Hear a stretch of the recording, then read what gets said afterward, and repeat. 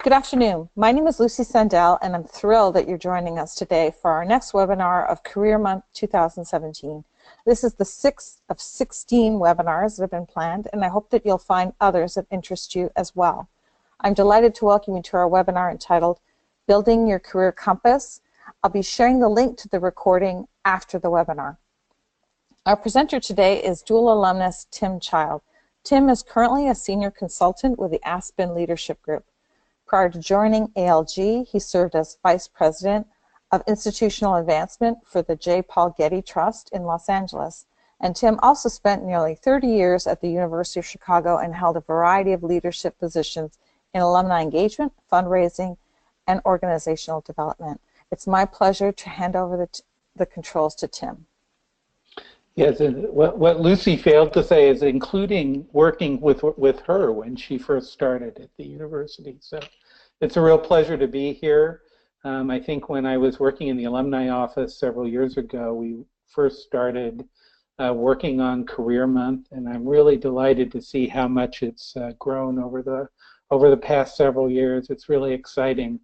It reminds me, and I'm not sure if folks on the call are the same vintage I am, but when I first got to campus, I once went to the career placement office, which really consisted of an index card file of 5x7 cards that had information about possible jobs, and that was the extent of career services at the University of Chicago back in the early 80s. So it's really great to see how much it's grown. I'm particularly happy to be here today, and I hope you'll feel the same way when I'm done talking. And I hope over the course of what will be a conversation that you'll feel free to ask questions if you have questions. I'm really giving something that's more along the lines of a personal reflection than a real kind of point-by-point map for how to get a job. So hopefully that will work well for you. And I'd like to just start off with a question about why I've decided to call this a career compass and not a map. And a lot of it has to do with the way I have found myself in my career in general. And I'm remembering sitting in the pub in the basement of Ida Noyes when I was a graduate student in the mid-'80s, and a bunch of us were talking about how we ended up there. And one of my friends happened to say that, when he had been 19, he had decided he wanted to become a professor of New Testament, that he had come to the University of Chicago, was getting his PhD in that, and he was perfectly content that that was what he was going to do for the rest of his life. And indeed, he is a tenured professor now at Ohio State, doing just that, doing really well. That's really not been my experience. I didn't know what I wanted to do when I went to graduate school, and I'm sure I'm not alone in that. I remember driving across country in 1984 and ending up in a university room on Dorchester, wondering what the hell I'd gotten myself into. I wasn't really quite sure why I'd come to graduate school. I'd been teaching high school for 6 years and decided I didn't want to teach high school for the rest of my life, but I wasn't sure what I wanted to do. So I ended up going to graduate school, and when I got to Hyde Park, one of my first challenges was figuring out how I was going to pay for graduate school, since at the time there wasn't a lot of financial aid available for graduate students. So I went to the CAPS office and looked at the work-study positions, and my kind of scientific process for picking a job was to take the card off the wall that had the highest hourly salary, and that happened to be a job in the alumni office. And so that's where I ended up going to work. And I was in school for about a quarter. I almost said semester, and I should know better. I was in school for about a quarter when I realized I was about to go broke. There was a full-time job at the alumni office, and I ended up getting that job. And 33 years later, here I am. So it was not exactly a plan that got me into this work, but it has worked out well for me. You know, I think of the John Lennon line that life is what happens to you while you're busy making other plans, and that's certainly been my experience. If you're a planner, this conversation is probably going to drive you crazy. My partner is a scientist, and so he's very linear. Of course, I did the humanities thing, so I'm much more abstract. So if this drives you crazy, I'll understand, because I drive him crazy regularly. What I'd like to do is talk a little bit about a formula that I've come up with, which I think will be helpful for our conversation. This is the formula, and I'm going to talk about the components, the variables, what they mean. Just a little bit surprising saying I was a humanist, that I would come up with a formula, but I think it will help you maintain sense of direction, even if you're not sure where it is you're heading to, but that you will maintain whatever the true north is for who you are as a person. Some of good career planning is really all about self-knowledge and self-understanding. And so I think defining these variables for yourself will be a good exercise to go through, whether you're a linear thinker or an abstract thinker. Let's start with M. So, and again, I want to invite you to feel free to interrupt if you have questions along the way. M, stands for mission. And I think each of us has to think about what our mission is, what it is that motivates us to do, to get up and go to work in the morning. For me, a lot of this is gleaned, I guess, from 2020 hindsight, but for me, the mission that has meant most to me in my life has been in support of education.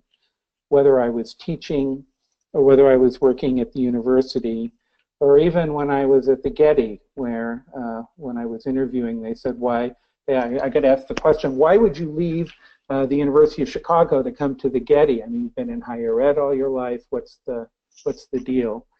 And I remember responding that in the URL of the Getty, that their suffix was .edu.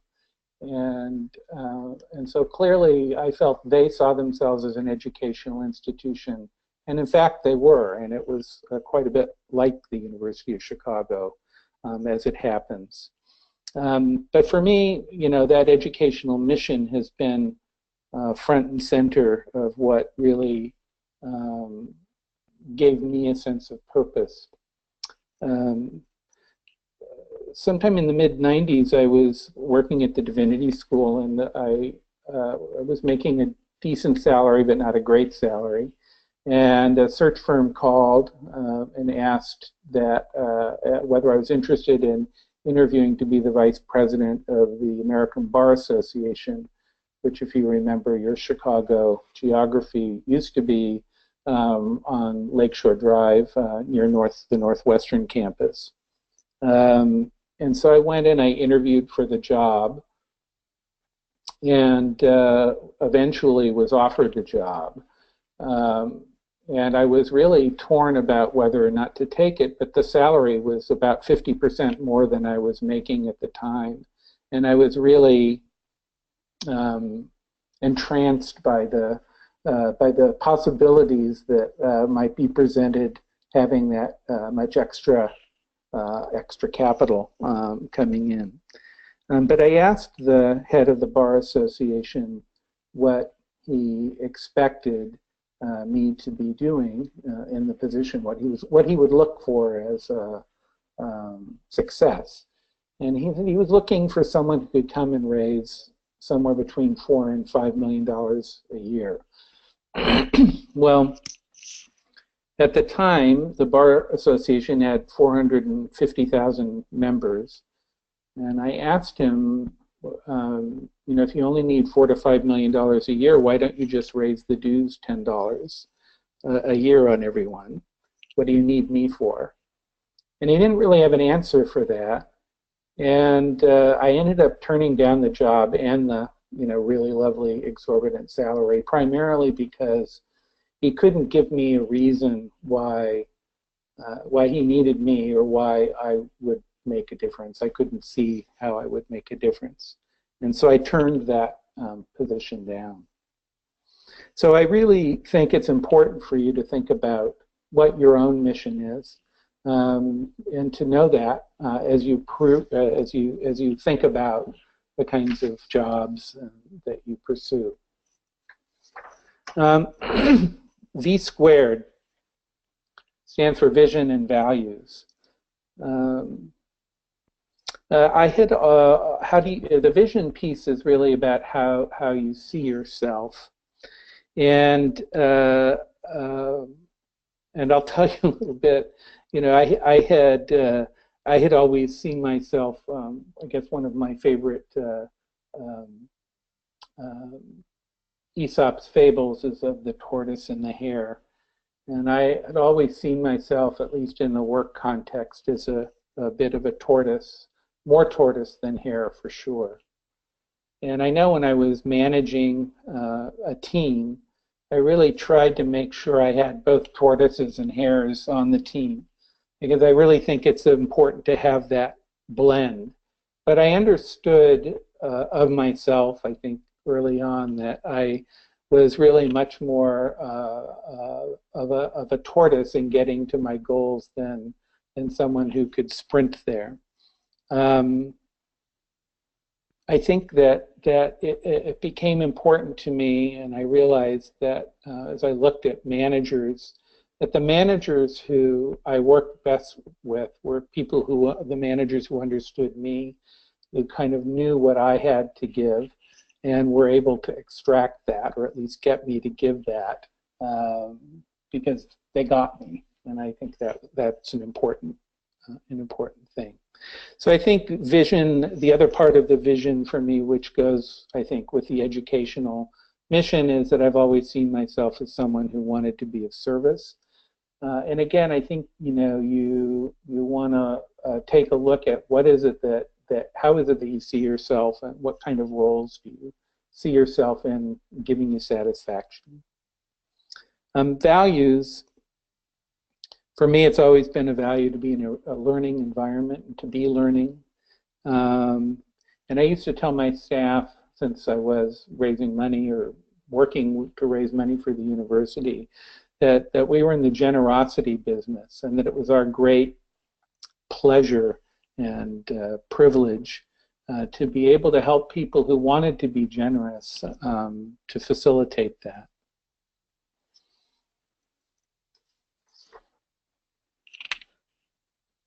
The final bit of the equation here are goals. Again, just to tell a little bit of a story, I think one of the most important goals everybody has is that we want to be successful in what we're doing. Figuring out the how of that is a detail that I think is also important, and I'll touch on that later. But to be successful, I think, is a goal we all share. And again, around the same time, I had interviewed for the Bar Association job. I'd been asked to interview for another job on campus, and it would have been a more senior position. And I went into, after going through a series of interviews, went in to meet with the dean. And the dean began the conversation by saying he wanted to offer me the position. And I asked the dean, great. I said, great, I'm really honored. That's terrific. Can you tell me what the budget is for the position? And it was clear that the dean had not thought about actually budgeting resources for the position. And so we got into a little bit of a testy conversation that ended about 45 minutes later, when he said, I think I'm going to withdraw my job offer. And I said, I think that's probably a good idea. And ever since then, I like to joke that I was the only person I know who's been hired and fired in the same 45-minute meeting. But I do think it's important that if you're in a position where you're talking to someone who wants to offer you a position, that you understand that the possibility for success, the conditions for success are there. That doesn't mean that it's going to be easy or without challenge. In fact, you know, if you don't have challenge in the work, you're going to get bored. But I think it's important for you to be able to ask the folks that are in a position to manage you for the conditions, what the conditions for success are, because you're not gonna always have those guarantees, and you're going to take leaps of faith that you can make this successful if you see that it's possible. But if those conditions don't exist, then I think more often than not, things will not work out. I have another experience to illustrate that. So another position I interviewed for, where I was meeting with board members, and I asked the board members what it was they liked about being on the board of this organization. And each of them said they liked that it wasn't a fundraising board. So considering the fact that I was interviewing to be the chief fundraiser, this was a giant red flag. And I think it's important to recognize that if you're going in to do a job and the leadership of the organization isn't in support of that, then obviously you would not want to move forward with that.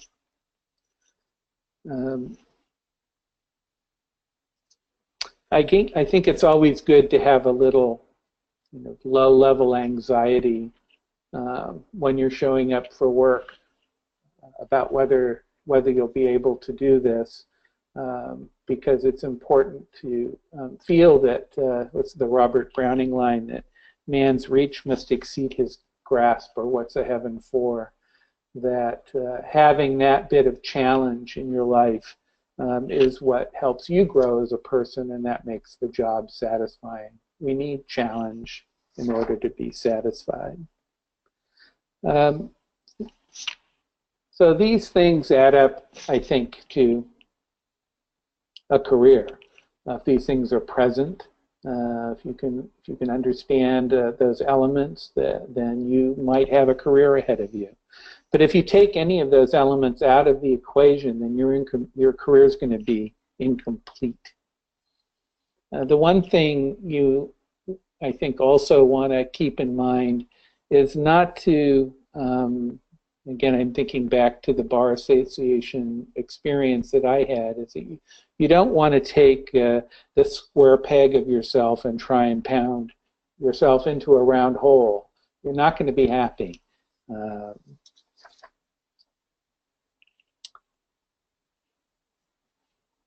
This last piece here is something that I couldn't figure out how to hammer into the equation, so to speak.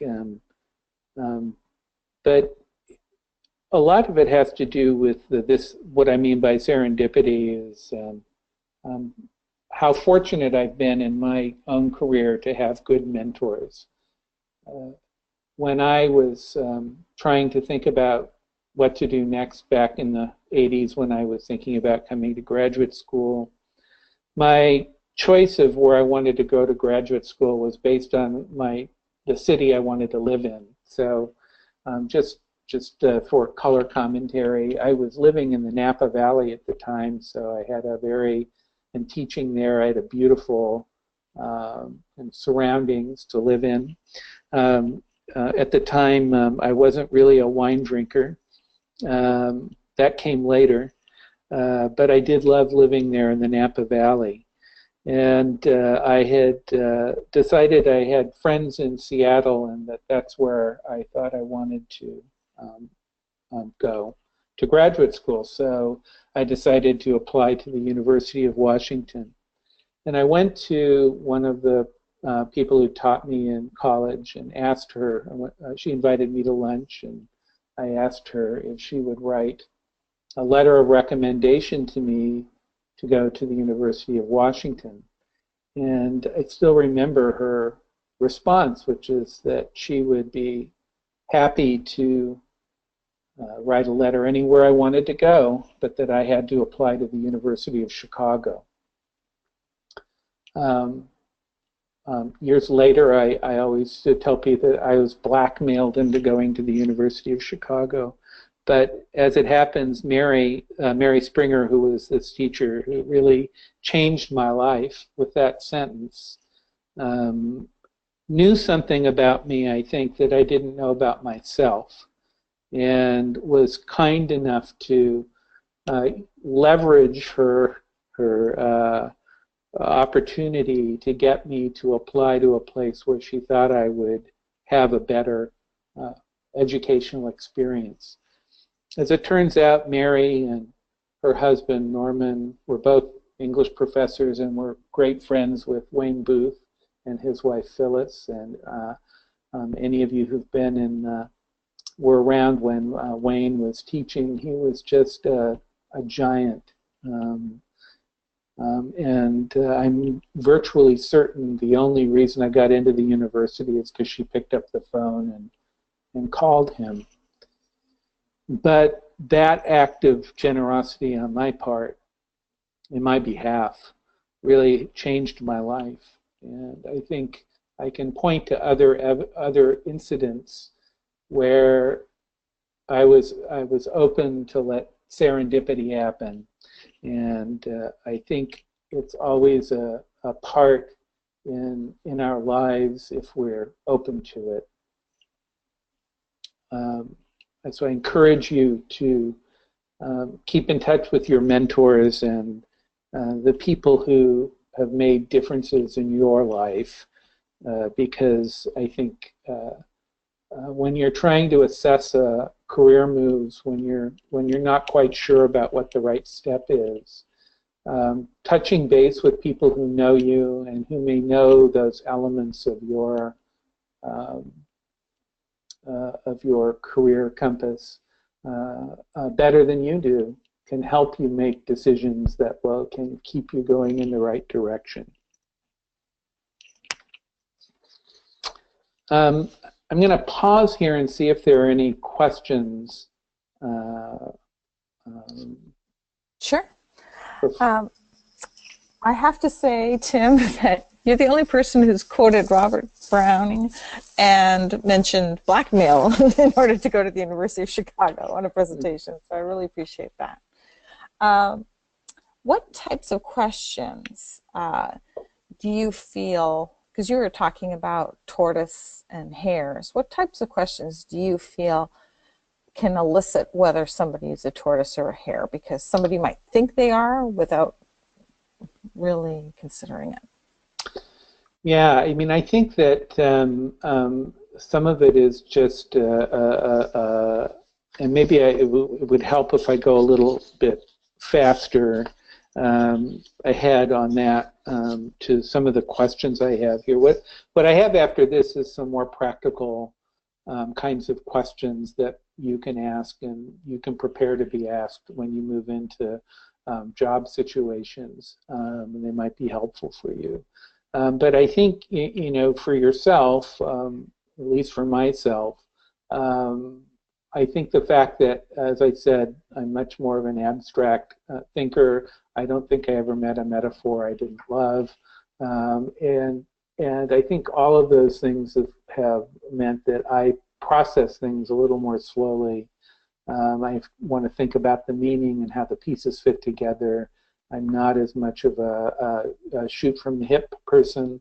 And I think there are people who really, and I admire, my boss is one of them, who is evaluates situations very quickly and can reach the answers more quickly. I think if you've been sitting in a classroom, if you can remember when you sat in a classroom, if you were one of the people who would get the answer but didn't raise your hand because you were still trying to figure out if it was the right answer, then you're probably more Tortoise-like. If you're someone who would be a great contestant on Jeopardy because you understand the answer to the question even before Alex Trebek has finished reading it, then you're probably more of a Hare. And I do think those kinds of decision-making profiles are important to blend in any kind of team environment, because there are times you need the people who will have you slow down a bit before you make a decision to move as a group, and people who will kick you in the butt and get you to move faster if you're staring at your navel too much. So I do think the blend is more important for constructing a team. And that's why I think about it in those rather kind of simplistic terms as Tortoise and Hare. Great. One last question before you move on, if you can take one. Sure. Sure. How did you decide to work for your Hare boss? Well, I didn't have a choice. Like a lot of people, this is an interesting story. So when I was 50, so my first degree at the university was in English literature. I thought I wanted to get a PhD in English, and so hence I was working with Wayne Booth, and I pursued that on and off really for 5 years, did my exams and all of that. All the while I was working part-time and full-time for the alumni office, and finally decided I would take a full-time job because then I'd have time to write my dissertation. Well, of course I didn't, and the university is lousy with people with who started a PhD program and didn't finish it, and I was one of those folks. But I think going back to the goal piece, my goal in coming to the university was never to get a PhD. It was to figure out what to do next, and I did that. So I met my goal, and I've never really regretted not writing the dissertation. But my second degree was at the business school, where I did the executive program at Booth, before it was Booth. And that was a fantastic experience. It's really my favorite educational experience because I was such a fish out of water, as you can imagine from listening to this, I'm sure. But, my study group, which really helped me get through the program, none of them could write worth a damn, and of course I could write, so we made a great combination. And I finished the degree, and I did well. I mean, I didn't do top of the class, but I wasn't at the bottom either. And I went to my then boss and said, I'd been doing the same job for 8 years. And I said, if I'm still doing this job a year from now, I think I'm going to slip my wrists. And she didn't do anything. And then we had a change of boss, and the new person came in and came to see all of the senior folks, and at the time I was one of the senior direct reports, and said, how do you see this change affecting you? And I said, well, I'll tell you what I told my last boss, which is, if I'm still doing what I'm doing now, in a year from now, I'm going to slip my wrists. And he said, so I assume that means you're open to change. And after that, we just hit it off, and he really gave me a lot of responsibility, which I think I merited and which I performed well in. And then as the world turned, a few years later, he started this business, and now I'm working for him again, and it's really been great. I mean, I think everybody listening knows how satisfying it is to work for someone who understands how to get the best from you and appreciates it, just as well as we understand what it's like to work for people who don't have a clue about you, or maybe even a clue about what they should be doing, and how unpleasant that can be. I've had both experiences like most, and I much prefer working for someone who really understands me and who I understand. And he's very Hare-like, he really is. But he's also willing to listen, and so he will, kind of nudge me if I need nudging. but he also takes time to listen to me when he thinks I have a good observation. So I don't know if that answered the question. But. I think it did. I'm glad that you're back with somebody who appreciates you. Yeah. Yeah, well, you know what it's like having a boss who doesn't appreciate you when I was running the Alumni Association. So there you go. I loved having you here.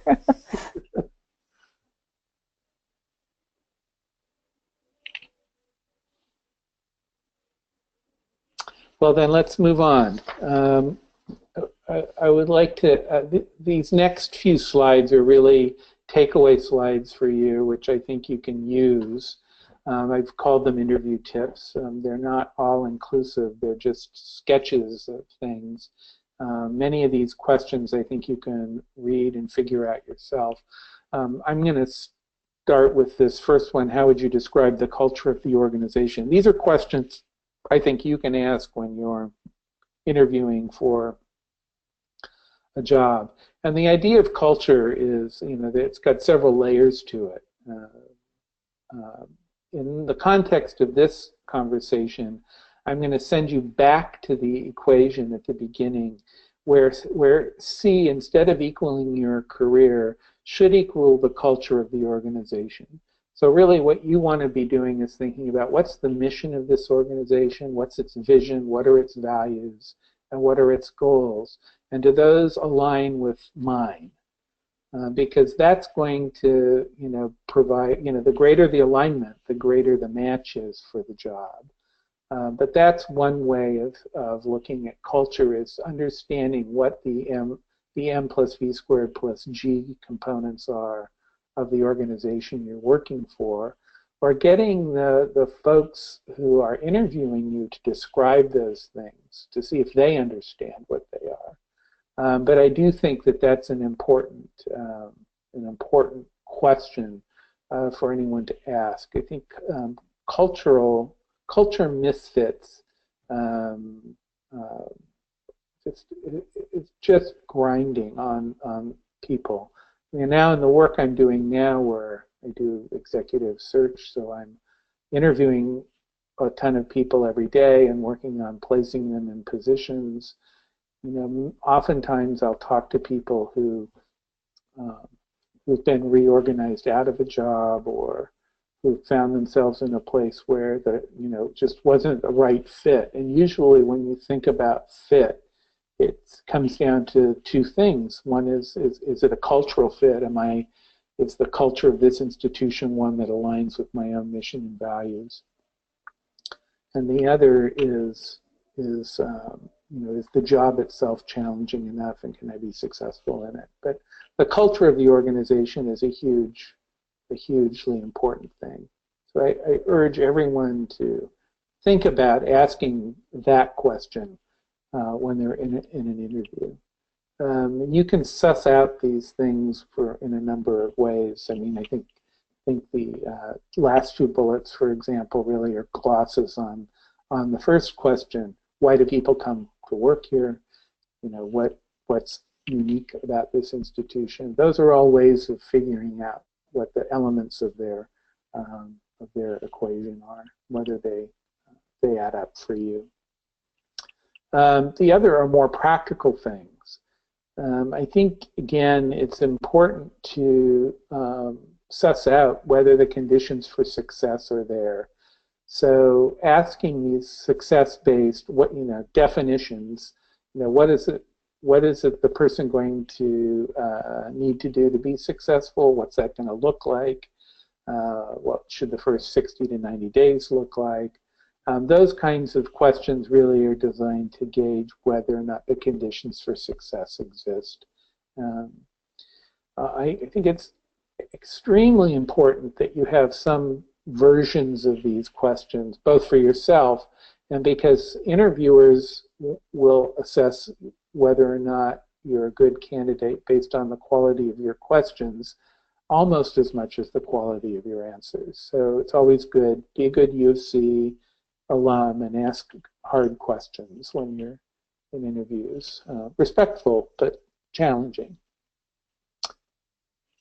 Any questions on the questions you can ask? Not specifically, but somebody wrote, a compass is for explorers. Do you have advice on exploring, I guess, exploring your career or career opportunities, I would imagine? Yeah. Well, I think, exploration is probably, and by exploring, I'm assuming you mean kind of being more peripatetic or just kind of wandering. I think a lot of that depends on what your vision of yourself is and how you see yourself kind of interacting in the world. Because I think for some people that would drive them crazy, not having some sense of direction, at least. But then there are people who really are kind of samplers who spend some time doing a number of things.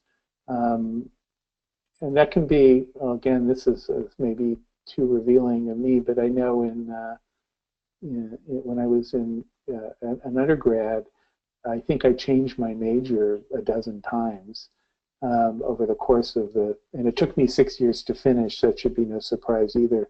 But it was not because I couldn't decide what to do, it's because it all looked so good to me. And I'm gathering that the kind of essence of the exploration question is, what if a lot of different things look good to me? Well, then I think if that's kind of consistent with how you see yourself, you need to explore those things. I don't know that there are any merit badges for not following those instincts or by coloring in the lines. I think sometimes you have to color outside the lines to figure out what's best for you. Thank you. In your question, what are the biggest short and long-term problems the person is likely to face on the job? Right. Would you say this is something about why they're even looking to hire somebody right now? Are they looking to have this person solve a problem, or is it a problem that is inherent in the work itself or the environment? Yeah, well, I wouldn't, first of all, I wouldn't read the word problem as a negative. It could be challenge. But you can imagine that this is all kind of indexed to what somebody have to do in the first 60 to 90 days. So what are the things that are immediate challenges that this person's going to face? Could be staffing issues. It could be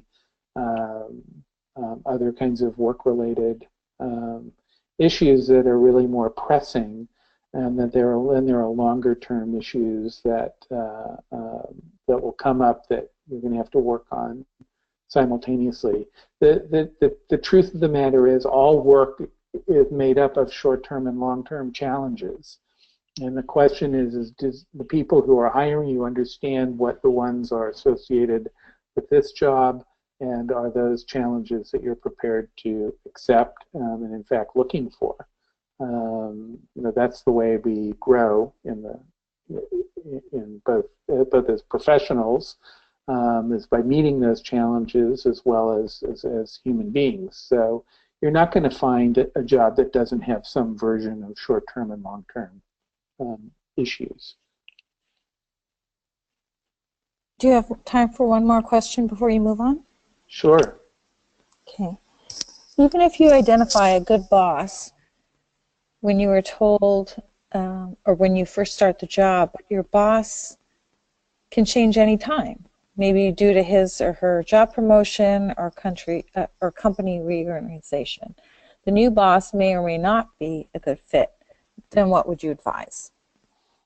Well, I think it's how, and this happens all the time.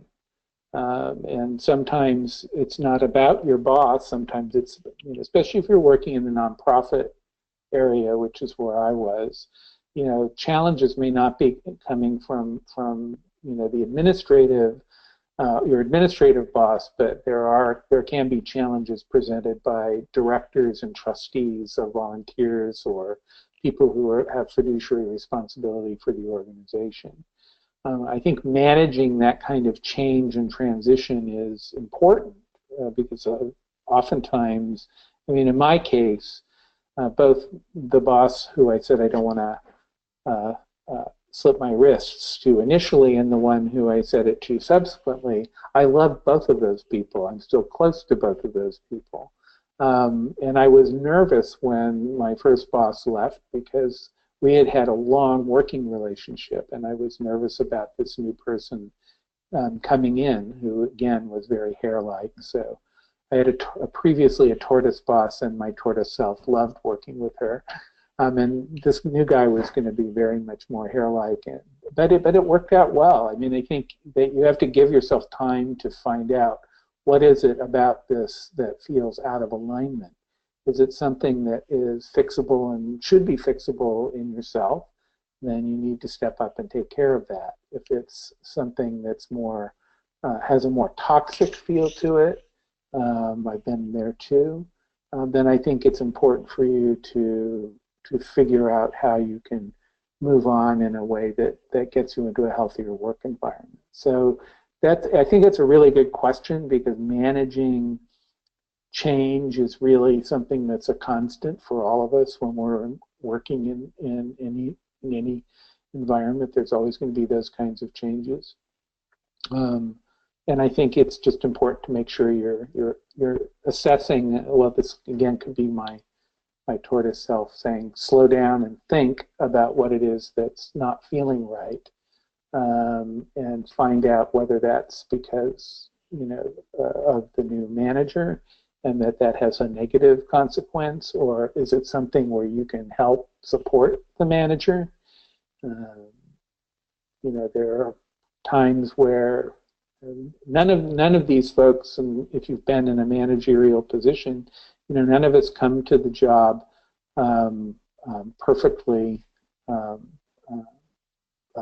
capable in all facets of it, because we're human. And so some of it is, are you going to have to pick up parts of what you didn't have to pick up before because the new manager just doesn't have that area of strength, but they have other areas of strength? Is that going to be something you can manage and is workable for you? Then you cope. But if again it has, I think, any whiff of toxicity, then I think you move. My mom always used to say that a fish rots from the head down. So if the new person who is in that position of authority has more, if it's again more of a toxic feel to it, then I think it's just healthier for you to find a better work environment. Thank you. Thank you for the answer. Okay, the last bit here, I think that this is a good exercise for you to do, whether you get asked these questions or not.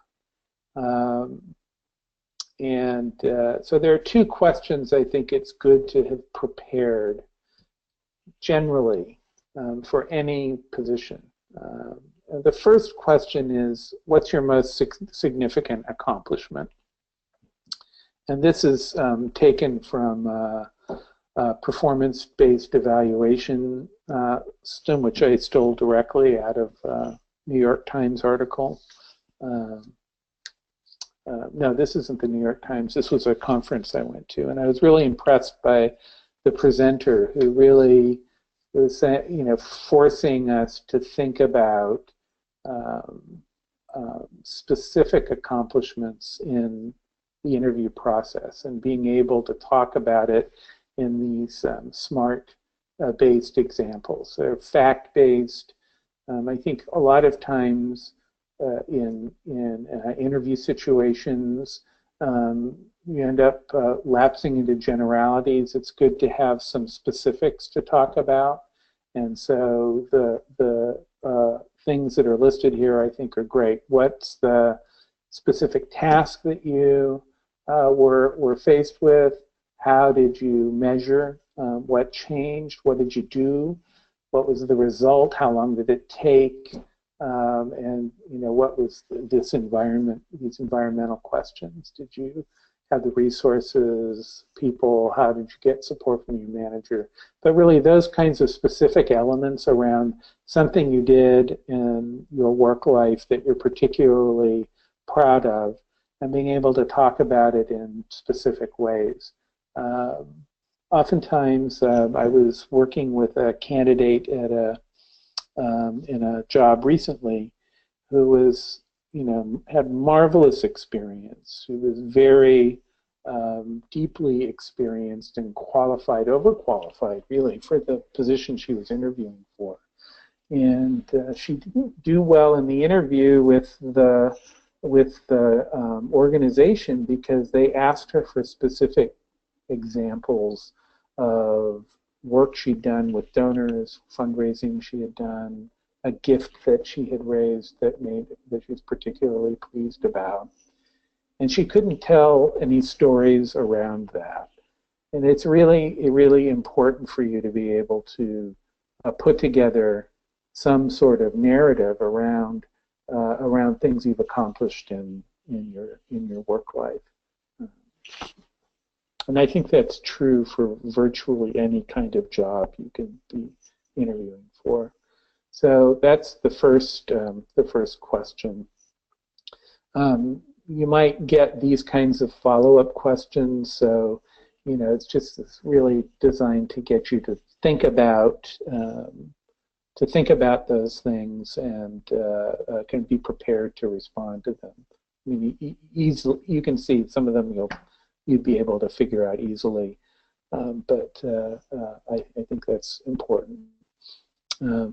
The second question is a problem-solving question, and I think that most people, again, when they're being hired or brought in for a job with some kind of responsibility, some significant responsibility, are going to be asked about some sort of problem-solving issue.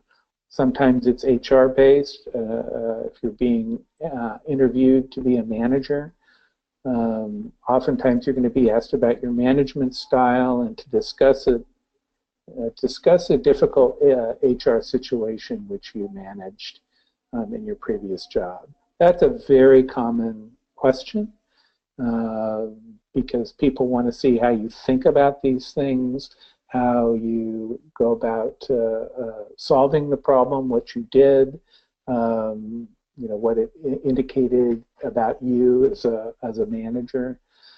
So I think it's really important to have something in your head and for you to think about it. What problem have I solved in this last job that I think I did well and I think shows my skills and talents to the best effect. I think it's a really good question, and so I urge you to think about that when you're going into an interview. That's really it for me. That's great. Thank you so much, Tim. If anybody has any questions, go ahead and type them in now. We've got about 6 minutes left of the webinar. I just wanted to talk about the SMART with the small e that you were talking about. I think that's great because you talked about you use that a lot of times when you're doing an evaluation, either yearly or bi-yearly evaluation. But every time you work on a project, you could almost do that. You could talk about what the situation was, basically why you're doing this project, what were the metrics, what activities you did, what were the results, what was the time, and what was the environment. And if you do that every time, then you'll have those stories for when you are going to be interviewed or you're going to do a presentation. And and that story is engaging. Yeah. Well, I think, you know, the other bit is that you can use this smart format when you get asked to, you know, come up with your goals for next year. What is it you want to accomplish next year? And again, you have to go through the same activity. You know, what's the task? How are you going to measure what's changed? You know, what is it you're going to do? What's the result you're looking for? What's the time frame? What resources do you need? You know, that's, you know, as much as I may have put myself off as a non-planner type, this is a great exercise for planning if you get asked to produce some sort of goals for next year.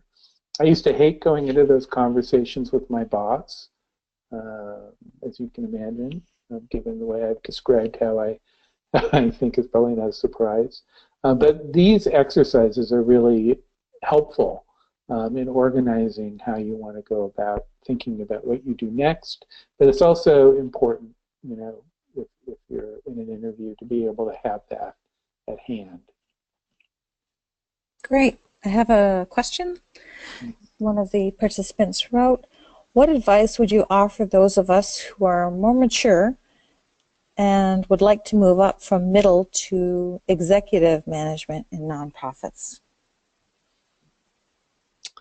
Well, that's a good question. I mean, I think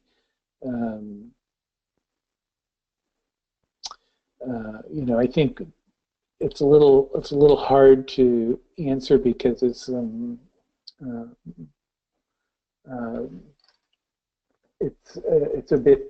bit vague. But I think that I'll just give examples from my own experience, because I did not set out to become a vice president. In fact, I didn't think I wanted to be. I ended up taking a vice presidency, and probably was not the best role for me. You know, much better suited, I think, as I've said, in a number 2 type of role, because that's the kind of temperament I have. I feel much better in a supportive role.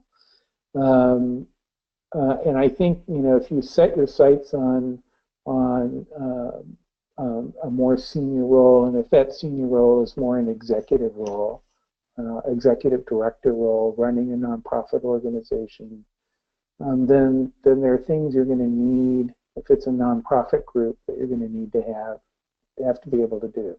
You're going to have to be able to fundraise, because the smaller the nonprofit, the more often the executive director is the chief fundraising person. You may not like fundraising, but you're going to need to think about how you go about doing that. You're going to have to understand board management, because that's, I think, a key part of being a senior person at a nonprofit. You know, and understanding what generation the nonprofit is. So is it a founder-based nonprofit? Is it several generations removed? And you can usually tell. But you know, that we have an incredible, I think it's some sort of 10% increase a year in nonprofit organizations in this country, and a similar attrition rate. And oftentimes there's a high attrition rate in these nonprofits because they're not prepared to change from a founder to a next generation leader for the organization. They have life cycles just like people do. And so understanding the life cycle of the organization is important, and where they are, and whether where they are is aligned with what you would bring to the table.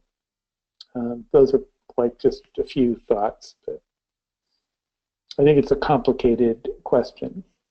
I want to know more details around it. Sure.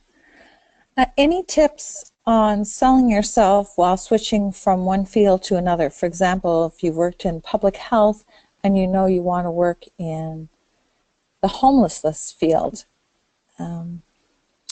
Sorry, my eyes are really not working well today. So the skills are similar, but the subject matter expertise may not be there. Mm-hmm. Yeah, you know, so in general, we refer to these kinds of as non-traditional candidates. They didn't come up through whatever the traditional pipeline is for producing people in homelessness advocacy or public health work, and so you're you're switching from one to another. So sometimes, oftentimes, again, this is it depends question. It depends on which level of work you're going to. Oftentimes, if you're making a switch in kind of niche or area, you'll have to take a step back or make a lateral change. It's very hard to move up while you're changing fields, so you should be prepared for some sort of adjustment of expectations along those lines.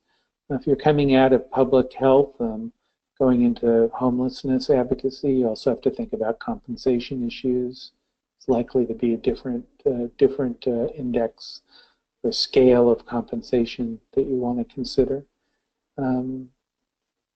It's tough. It's a tough question. And I will say, one of the things I've noticed is I get a lot of people who are like, I've been in sales and now I want to go out and fundraise.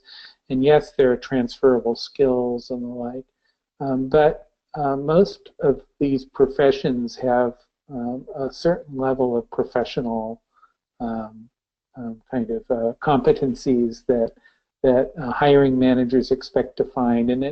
And most hiring managers are risk averse because they want to be successful. And so hiring someone who doesn't fit the traditional profile requires a hiring manager who's willing to take risk, and that can be difficult. If the hiring manager is younger than you are, then it's also a hiring manager who's secure enough in themselves to have someone older for them, older and more experienced, working for them. That too is a question about the person doing the hiring and whether they're comfortable doing that, just as it is for you, about whether you're comfortable working for someone younger than you. I've been doing it for a long time, so I've gotten used to it. Thanks so much, Tim. Okay, we're running just a few minutes over, and the reason why I try to shut down at 12:55 our time is because I use a conference room. So those of you who've listened to me in the past know that I have to exit the conference room. But I also want to be courteous of Tim's time, and I want to thank you so much, Tim, for presenting today. You gave us wonderful information, and anytime I get to work with you is a dream come true. Ah, you're sweet, Lucy. Thanks, everyone. Take care, everybody. Have a good rest of the day. Bye, everyone. Bye.